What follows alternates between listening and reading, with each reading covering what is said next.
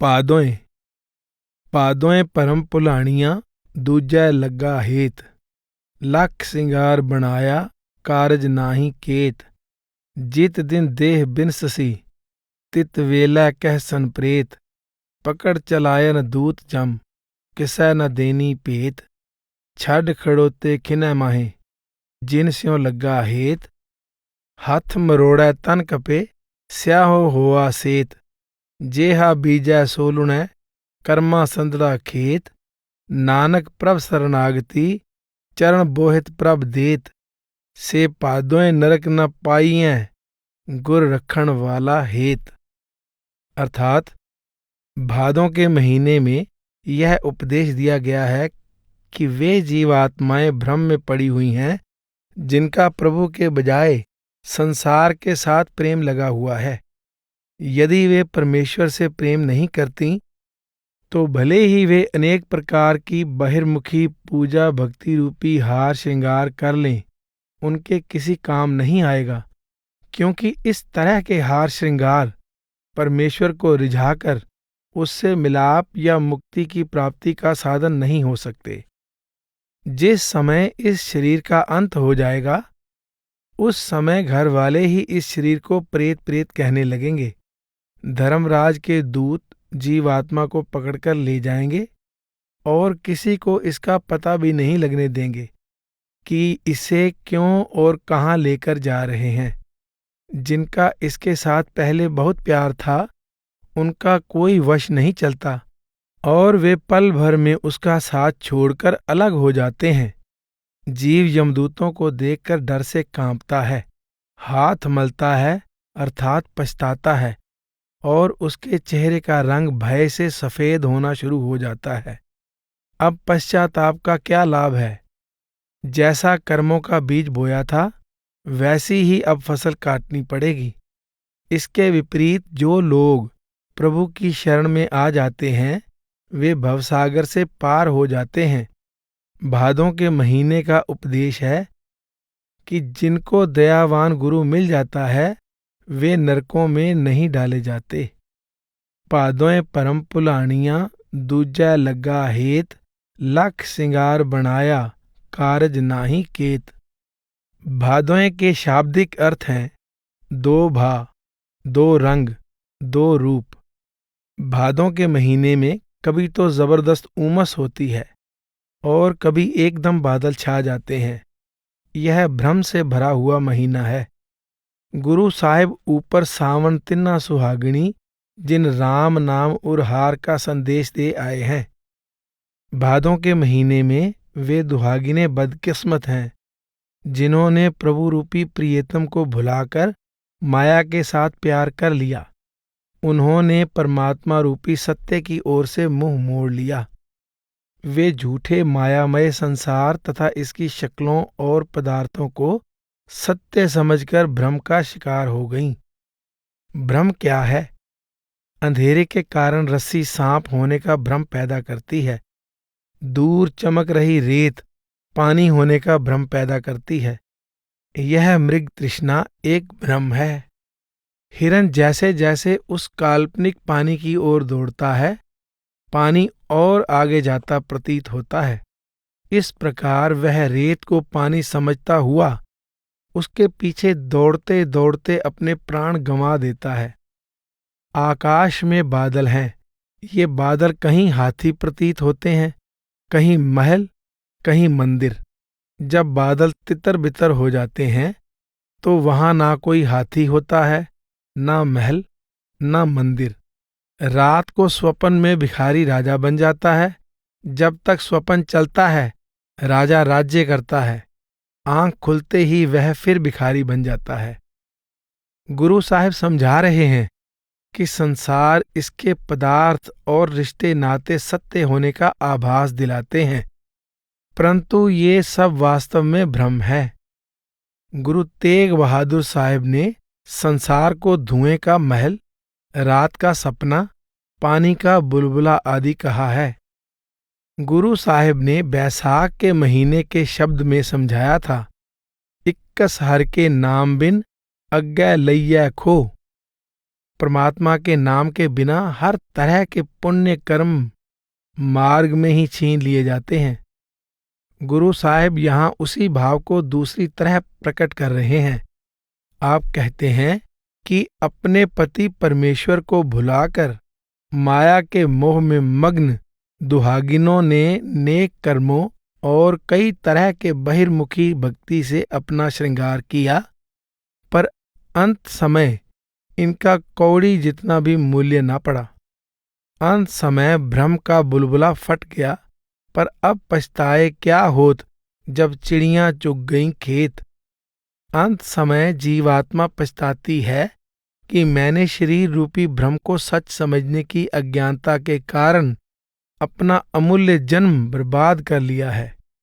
गुरु नानक देव जी की वाणी है, मिठ रस खाए सो रोग परिजय, कंद मूल सुख नाही। नाम विसार चलै अनमार्ग, अंत काल पछताही। जो व्यक्ति नाम की कमाई की जगह दूसरी तरह की पूजा भक्ति में लगा रहता है, उसको अंत समय पछताना पड़ता है। नाम के सिवाय कोई दूसरी वस्तु अंत समय सहायता नहीं कर सकती। जित दिन देह बिनससी, तित वेला कह सन प्रेत, पकड़ चलायन दूत जम, किसै न देनी पेत। जो दुहागिने भ्रम का शिकार होकर अपने पति परमेश्वर के प्रेम से खाली रह गईं, उनकी क्या हालत होगी। गुरु साहिब कहते हैं, जब उनके प्राण छूट जाएंगे तब जिन सगे संबंधियों को अपना बनाने की खातिर उन्होंने सारा जन्म बर्बाद कर दिया, वे उनकी देह को प्रेत प्रेत कहकर उनसे दूर भाग जाएंगे।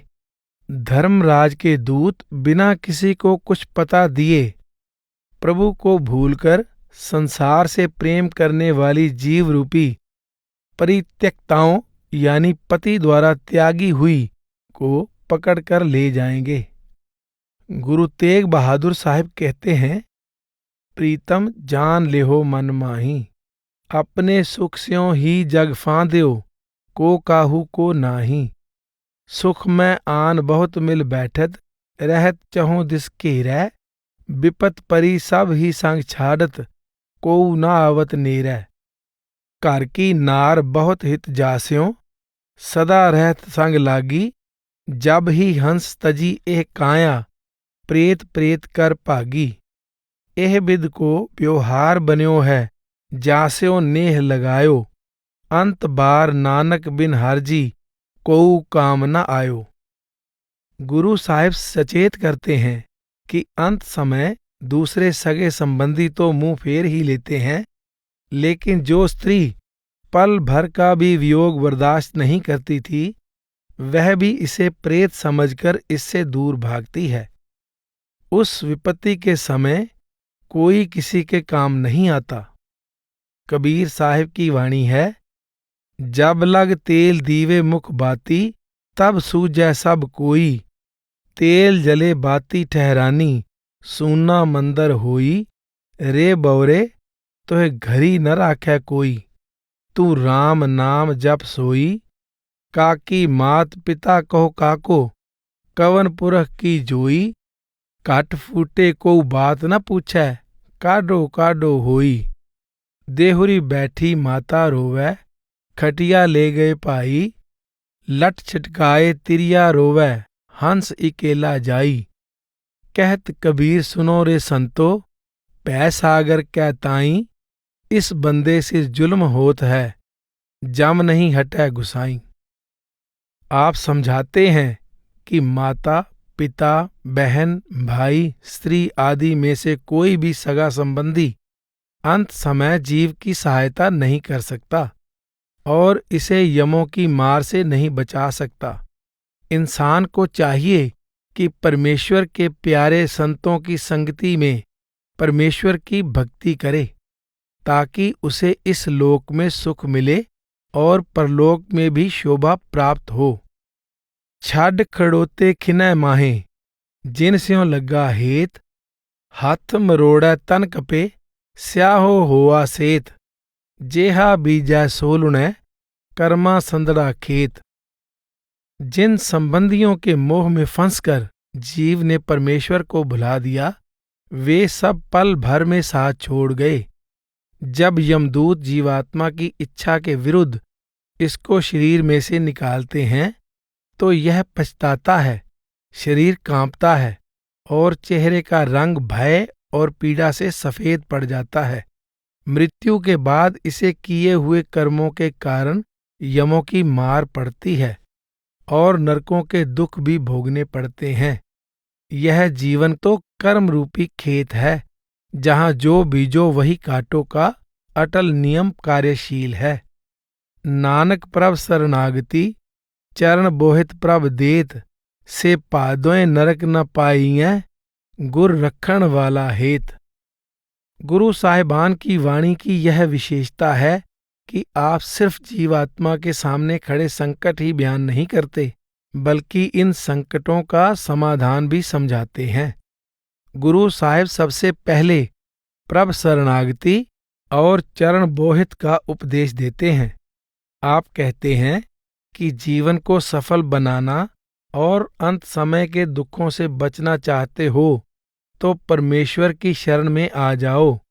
शरण लेने का अर्थ है अपने बल, बुद्धि तथा सब सगे संबंधियों का सहारा त्याग कर अपने आप को पूरी तरह प्रभु को समर्पण कर देना तथा पूरे विश्वास के साथ उसके हुक्म को स्वीकार कर लेना।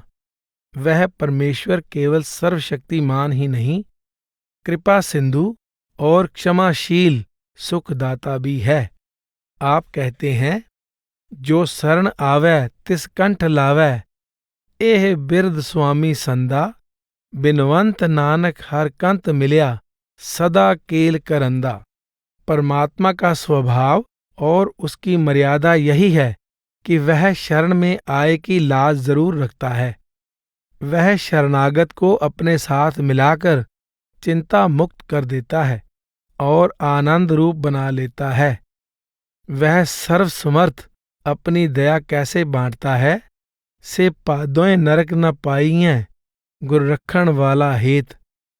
गुरु के साथ प्रेम करने वाला व्यक्ति नरकों में नहीं जाता। कबीर साहिब का कथन है, सोना काई नह लगाए, लोहा घुन नहीं खाए, बुरा भला जो गुरु भगत, कबहू नरक न जाए। जिस शिष्य को पूरा गुरु अपनी शरण में ले लेता है, वह जीवन काल में नाम की कमाई द्वारा अपने सारे कर्म नष्ट ना भी कर सका हो, तो भी धर्मराज उसे नरकों में नहीं भेज सकता, क्योंकि पूरा गुरु उसके कर्मों के भुगतान का जिम्मेदार होता है। गुरु नानक साहिब वाणी के एक अन्य शब्द में कहते हैं, सज्जन सेई नाल में चलदियां नाल चलन, जिथै लेखा मंगिए तिथै खड़े दिसन। जिन जीवों को संत सतगुरु अपनी शरण में ले लेता है, अंत समय शब्द रूप में वह उनके साथ होकर उन्हें धर्मराज से छुड़ा लेता है। गुरु साहिब ने एक बात चरण बोहित की और दूसरी गुरु रखण वाला हेत की कही है। कोई व्यक्ति अपने आप सागर से पार नहीं जा सकता। सागर से पार जाने के लिए बोहित अर्थात जहाज की आवश्यकता होती है। इसी प्रकार संसार रूपी सागर से पार जाने के लिए जीवात्मा को परमात्मा के चरणों के जहाज की आवश्यकता है। जीवात्मा परमात्मा के चरण कमलों का सहारा कैसे ले? गुरु साहिब गुरु रखण वाला हेत कहते हुए उपदेश देते हैं कि परमात्मा के चरण कमलों की शरण का अर्थ गुरु की शरण और गुरु का प्रेम है।